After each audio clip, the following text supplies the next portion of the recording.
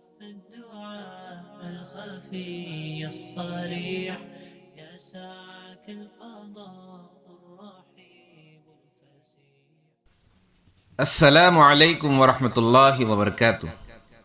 Radio HRDF میں خوش آمدید۔ ثابت ابن قیس رضی اللہ تعالیٰ ایک بہترین خطیب اور متاثر کن فصاحت کے مالک تھے۔ جب غیر ملکی وفود کے لیے اپنے بہترین مقررین کو گفتگو کے لیے بھیجا تو رسول اللہ صلی اللہ علیہ وسلم نے ثابت ابن قیس رضی اللہ تعالیٰ اور حسن ابن ثابت رضی اللہ تعالیٰ کو مکالمے کے لیے مقرر کیا۔ وہ یثرب میں اسلام قبول کرنے والے ابتدائی لوگوں میں سے ایک تھے۔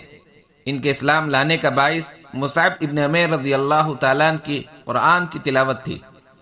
ثابت ابن قیس رضی اللہ تعالیٰ جو کہ تقوی کے مظہر تھے، وہ برے اعمال اور برے خیالات کے دائرے میں جانے سے بھی ڈرتے تھے۔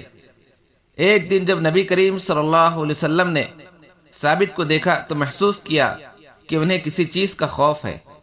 نبی کریم صلی اللہ علیہ وسلم نے پوچھا، ابو محمد کیا ہوا؟ وجہ دریافت کرنے پر انہوں نے نبی کریم صلی اللہ علیہ وسلم سے کہا، مجھے ڈر ہے کہ میں ہلاک ہو جاؤں گا یا رسول اللہ۔ کیا اللہ نے ہمیں تعریف کی طلب کرنے سے منع نہیں کیا ہے؟ لیکن میں تعریف کو پسند کرتا ہوں۔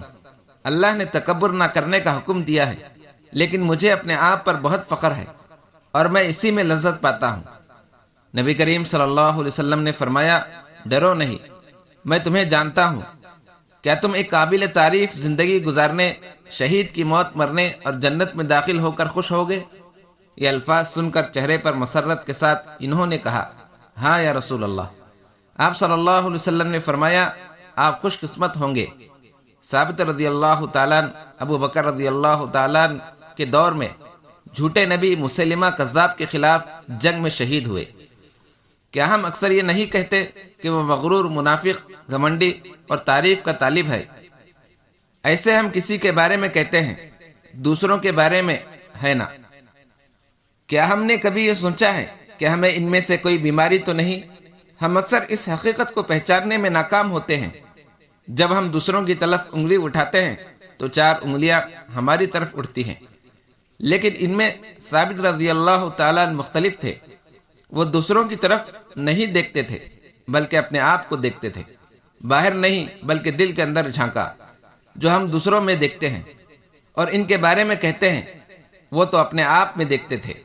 تو پھر اللہ کے سامنے ہارنے والوں میں سے ہونے کے خوف نے ان میں بے چینی پیدا کر دیا۔ وہ بے چینی ایک اچھے ذہن و دل کی علامت تھی۔ وہ ان کی کامیابی کے لیے سبب بن گئے۔ خود غرضی اور غرور ان چیزوں میں سے ہے جو دل کو خراب کر دیتی ہے، لیکن بے لوثی اور عاجزی اعمال کو روشن کرتی ہے۔ جسم میں ایک لوتھڑا ہے، جب وہ درست ہو جاتا ہے تو سارا جسم درست ہو جاتا ہے، اور جب وہ خراب ہو جاتا ہے تو سارا جسم خراب ہوتا ہے۔ ہم نے اس حدیث نبوی کو کئی بار سنا اور پڑھا ہے۔ اسے گوشت کے صرف ایک مٹھی کے سائز کے ٹکڑے سے بڑھ کر ایک باطن کے طور پر تصور کیجئے جو ہمارے ہر عمل کا مقصد جانتا ہے۔ اس اندرونی شخصیت سے پوچھیں کہ ہمارے ہر عمل کا مقصد اور اس کے پیچھے کیا محرک ہے، اور ان اعمال سے ہمارا کیا مقصد ہے، اور دیکھیں کیا اس عمل میں منافقت، غرور، حسد، دکھاوا یا انا کی گندگی کہیں نہ کہیں اٹکی ہوئی ہے یا نہیں۔ اگر ہے تو اسے صاف کر کے ایمان، عاجزی، بے لوثی اور مقصدیت کے سنہرے دھاگوں سے بننا چاہیے۔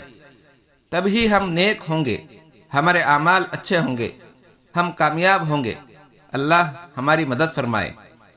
جس نے پاکیزگی اختیار کی اور اپنے پروردگار کا نام لیا اور نماز پڑھی، اس نے فلاح پائی ہے۔ يا صاحي كي تستريح وبث الدعاء الخفي الصريح يا سعك الفضاء